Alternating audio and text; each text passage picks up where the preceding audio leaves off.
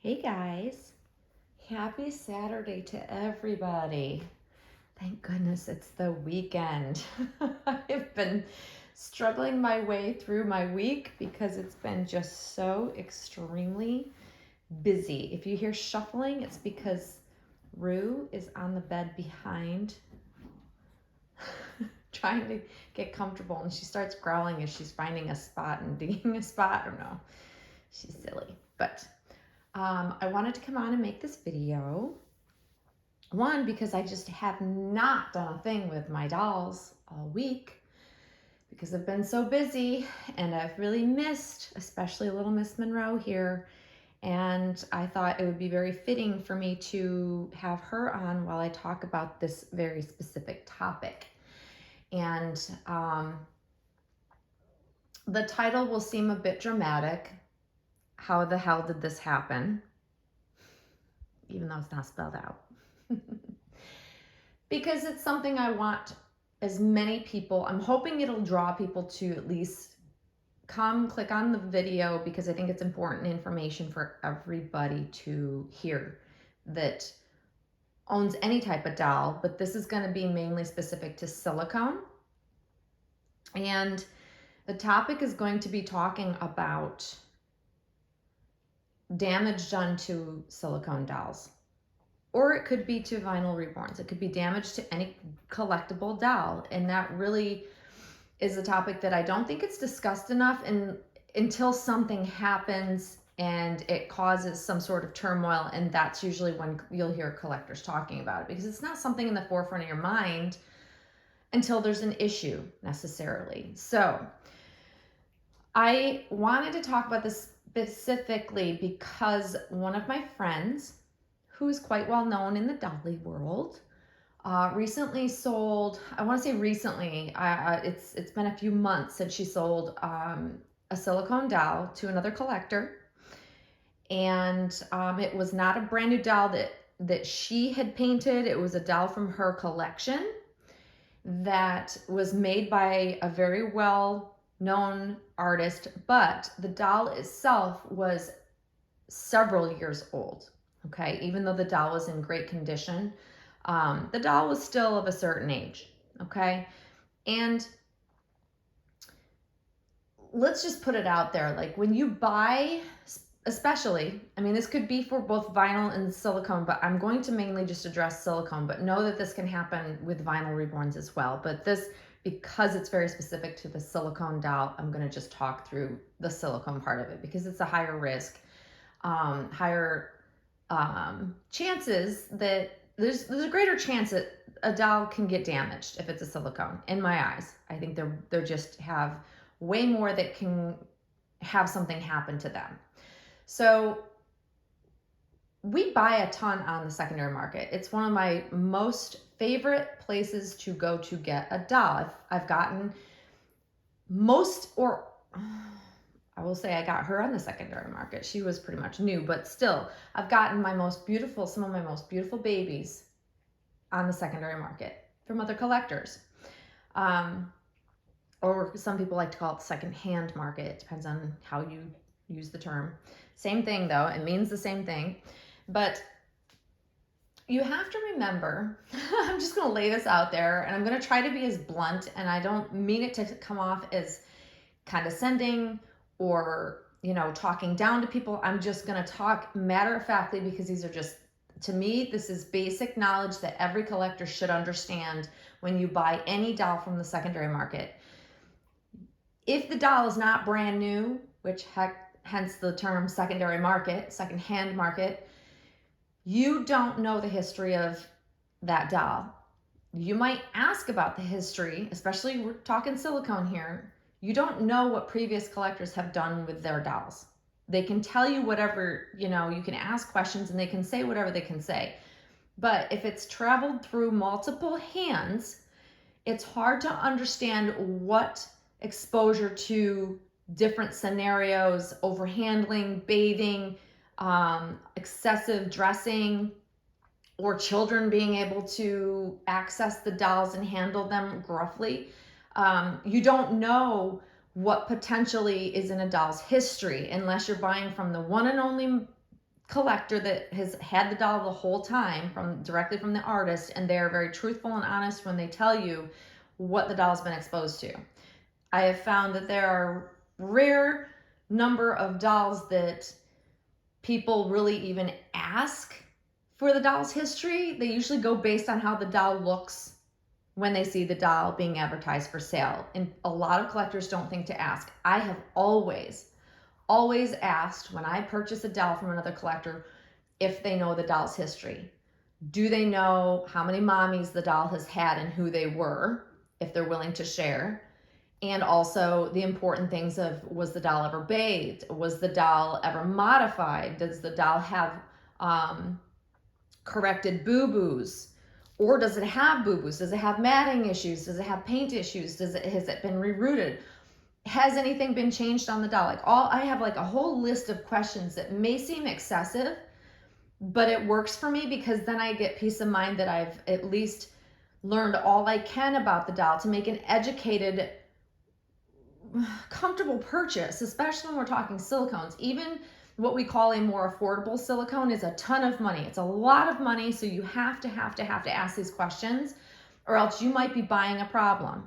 Okay, so with that being said, as long as you do your due diligence, you ask the questions, your chances of having, a doll that falls apart is less likely. However, collectors have to also understand the age of a doll plays a huge part in, one, the potential of something going wrong with the doll or something breaking in the doll. And why am I talking about this? Because my friend just experienced it.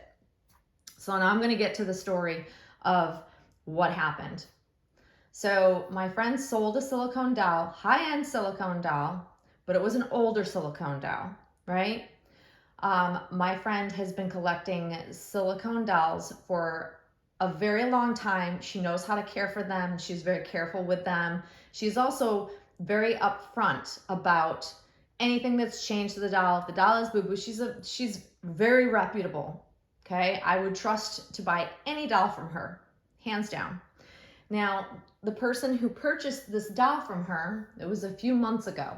I want to say maybe tipping on like 3 or 4 months ago. And when she sold the doll, when you sell in the secondary market, you're selling a doll as is, and you describe anything that could be wrong with the doll. You go over the doll with a fine-tooth comb. You share, what the doll's condition is. A lot of us will make videos to send to a potential buyer, pictures, anything that the potential buyer asks for, we provide, because we want to be upfront, honest. We want a smooth transaction. Those of us collectors that have been in this hobby for a certain length of time, we want it to go smoothly. We want that new mommy to be happy. We don't want anything that makes it feel like a bad transaction or something gone wrong. We just want everything to work out. We want everything to be as perfect as we can. So we divulge everything that we can so that we're very transparent for the buyer. So the buyer purchases the doll, receives the doll. The doll is in exact condition as it was described. She's happy. Great.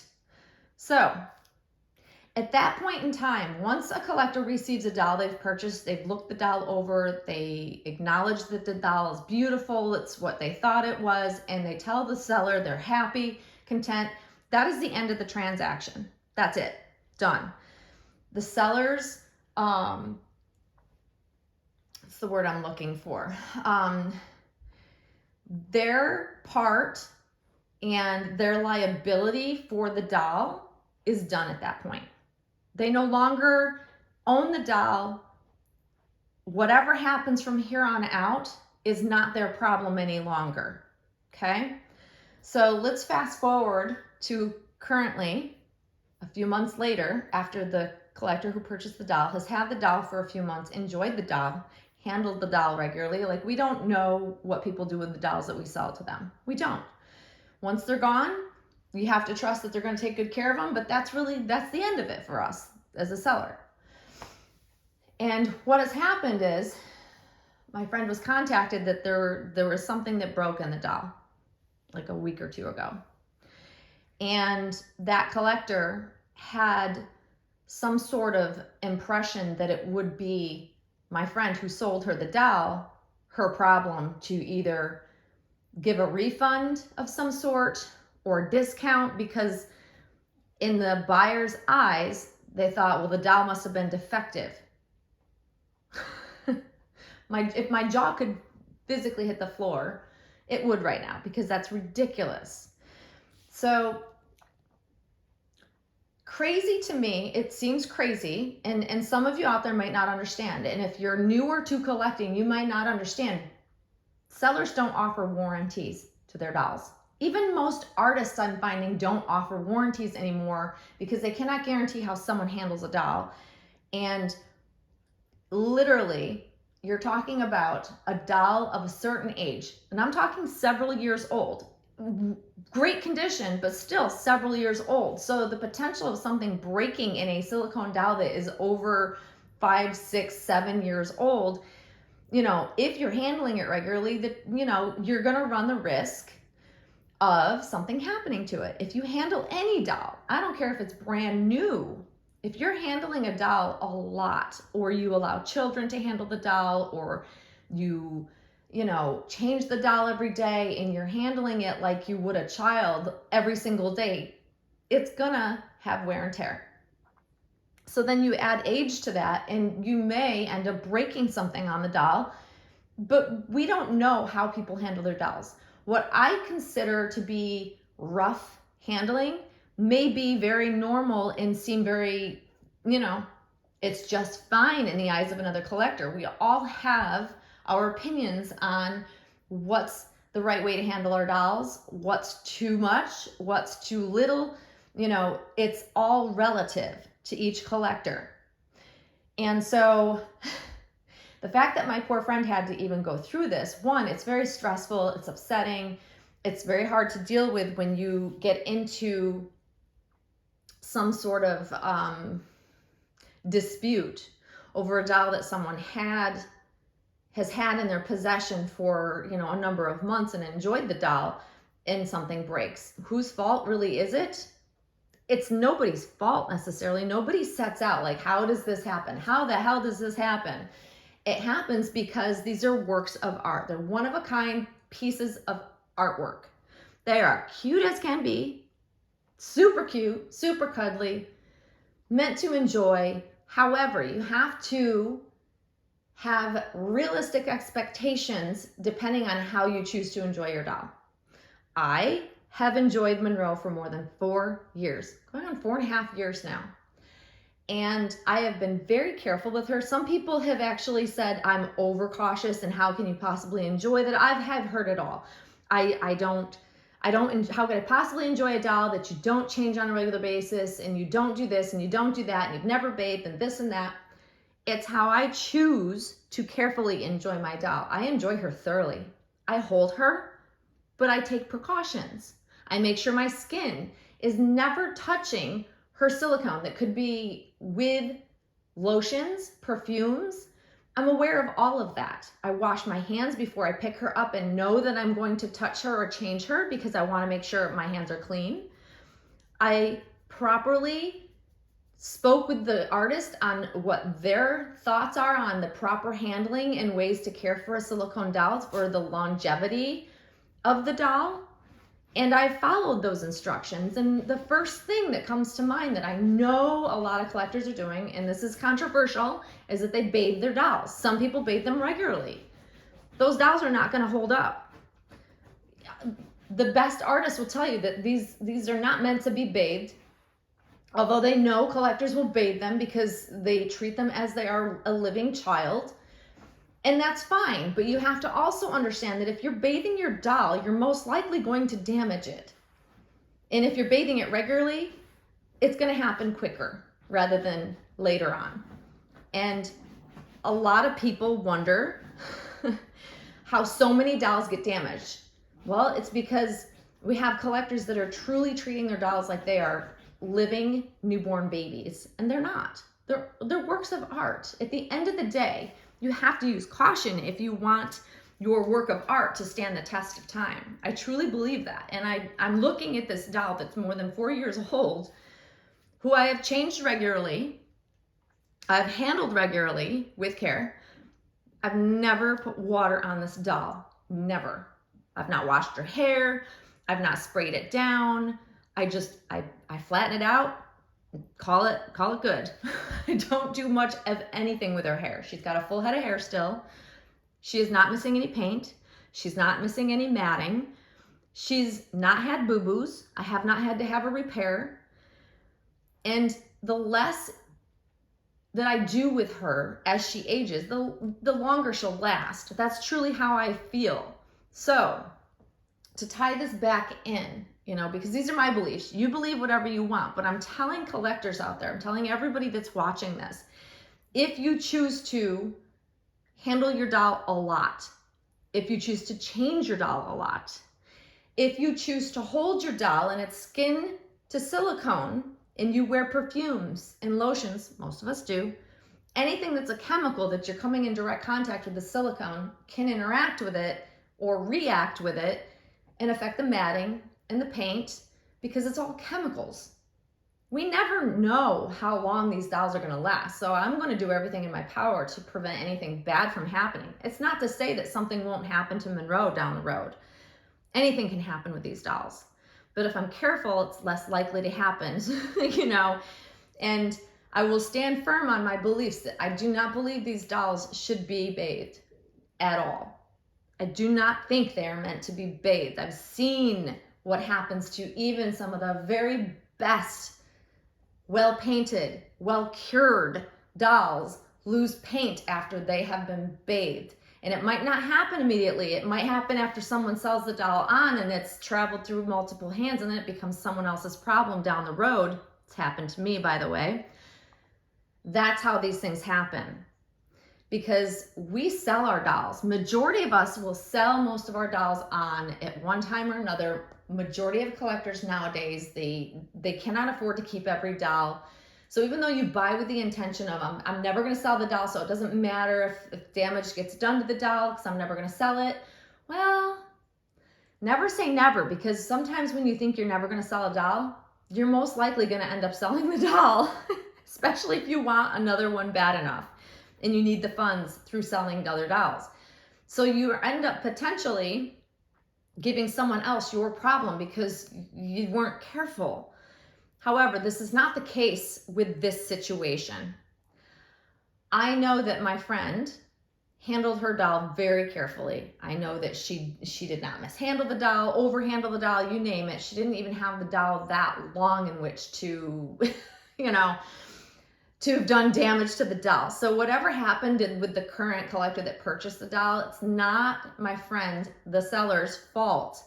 When you buy a doll in the secondary market, it comes back to you might potentially be buying someone else's problem. That's why I'm talking about all this. You have to take that into consideration. If you are buying any doll from the secondary market, you may be potentially buying another collector's problem. You'll never know. Time will tell. And you may just be causing your own problem based on how you're handling the doll and what you're doing with it. So you have to keep perspective. And if you go into buying on the secondary market, it's a wonderful place to find great dolls at great deals, but you also have to weigh how old is the doll, how many mommies has it had, and what's the likelihood that something could break in the doll. You have to be okay with that when you buy on the secondary market, because unless you are buying directly brand new from an artist who will repair if something happens quickly, you're always taking the risk. You're accepting the risk when you buy on the secondary market that something can and will happen just from simple wear and tear. That's kind of what it comes down to in this hobby. We all are buying with some sort of risk when we buy on the secondary market. Shoot, we're buying with some sort of level of risk when we buy any collectible work of art, even directly from the artist. Let's face it. There's risk in everything we're buying because it's hand painted. It's hand finished. Everything you see is done by hand by an artist.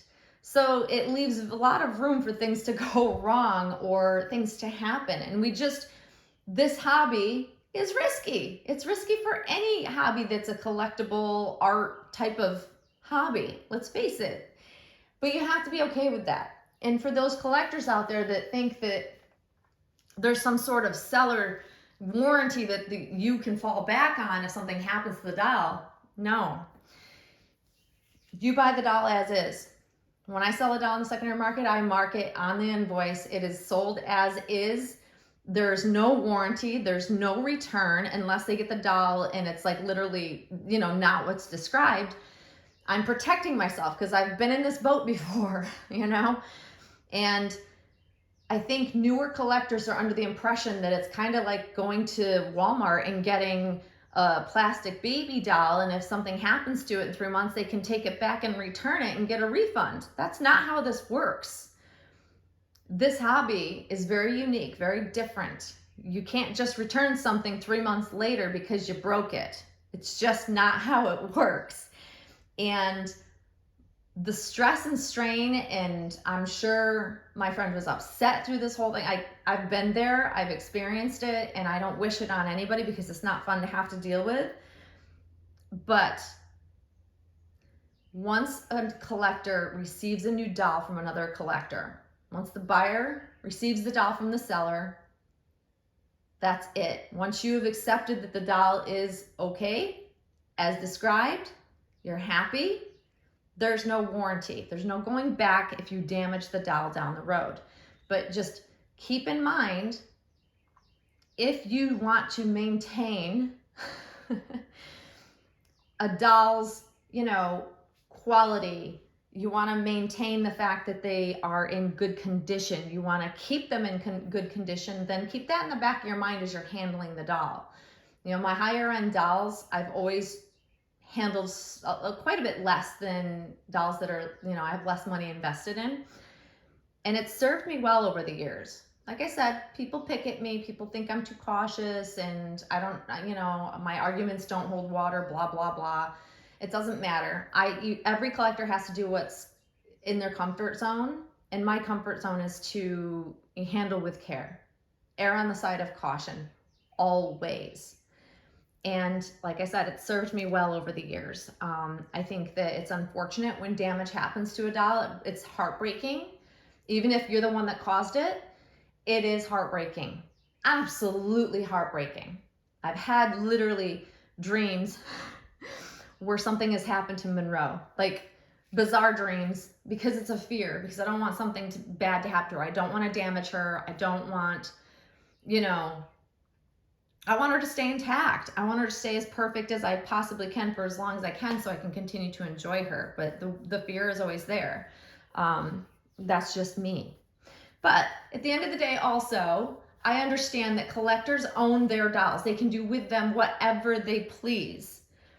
I'm not here to tell people how to enjoy their dolls. You do whatever you enjoy. Just understand that there's a level of potential damage you may do to the doll depending on how much you enjoy the doll or the things you do to the doll, how you handle the doll, who you let handle the doll. All of those are factors that will cause more excessive wear and tear versus someone who doesn't handle their doll as much. That's what I'm saying. So I'm not here to lecture. I'm just here to share my thoughts because I think that people they should take these things into consideration. It should be in the back of your mind somewhere that, okay, I have to understand that silicone is a little bit more of a delicate medium than maybe, the vinyl reborn that I have. So maybe I don't handle my silicone as much as I do my vinyl reborn so that I can keep the doll intact and keep it in really good condition. Those are the thoughts that I think of. So when I'm making videos or when I'm, want to pull a doll out and change the doll or whatever, I'm going to more than likely do more with the vinyl reborn than I will a silicone because I'm trying to salvage keeping this doll as perfect as I possibly can while still enjoying her. So that's the story. Those are my thoughts on it. I think that as collectors are in the hobby for longer, you're eventually you're going to experience a doll that has damage. It's the unfortunate downside of our hobby, whether it's through, a doll that you buy and it comes with damage and it wasn't what you expected, or if it's just that you bought it all in the secondary market and something does happen or breaks in the doll, or you know, any number of things can happen. Like the biggest thing I see is most of the time like hair loss in dolls, both vinyl and silicone. A lot it happens in silicone. A lot of dolls need to be rerooted over time because if you brush it regularly, most artists don't root deep enough that the hair doesn't come out. But that's common. And that's just kind of like, okay, so that is an easy fix. You can send the doll off to be rerooted, you know. Paint issues is a whole nother thing. You just don't want to open up that can of worms. Just take it from me.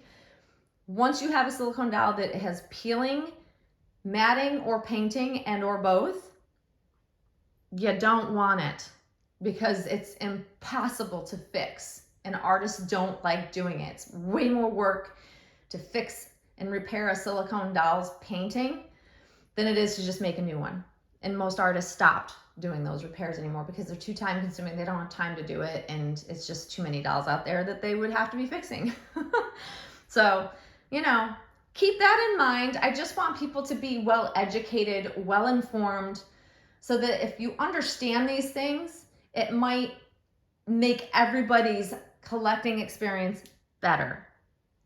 And it causes less stress. My poor friend, I feel for her. I feel for her terribly. Oh my gosh. Like I said, I've been there, been through it. Don't ever wish it on anybody. But yeah, hopefully this is helpful to you guys. If you're thinking about getting into silicone, it's not meant to scare you because it can happen with vinyl. But I want people's expectations to be realistic. And I think sometimes, especially newer collectors that haven't been around as long, they have different set of expectations than us that have been, you know, around, seasoned collectors that have experienced more, seen more. And it's good to just keep expectations reasonable, especially when you're buying a doll in the secondary market. So hopefully that's helpful to you guys. I know that was a long discussion. Hopefully you stuck with me. And there's Monroe looking absolutely adorable. She's just wearing a white basic onesie with a little bowed hospital cap. I just think she looks so cute. And she's wearing her Owlet monitor, of course, which I love. It's really cute. It just adds to the realism. Love it, love it. Anyways, guys, I hope you're having a wonderful weekend. I think we have like one last weekend of warmer, sunny weather. At least today it is. Tomorrow we may have thunderstorms and it may hit close to 80 degrees, but you can tell fall has moved in. It's here. Like it was 40 degrees yesterday. So, you know, it's just, it is what it is. And I'm going to try to go with the flow and embrace it and enjoy the change. I'm just not looking forward to cold weather just yet. But anyways, enjoy the rest of your day, guys, and we will see you soon. Thanks for watching. Bye-bye.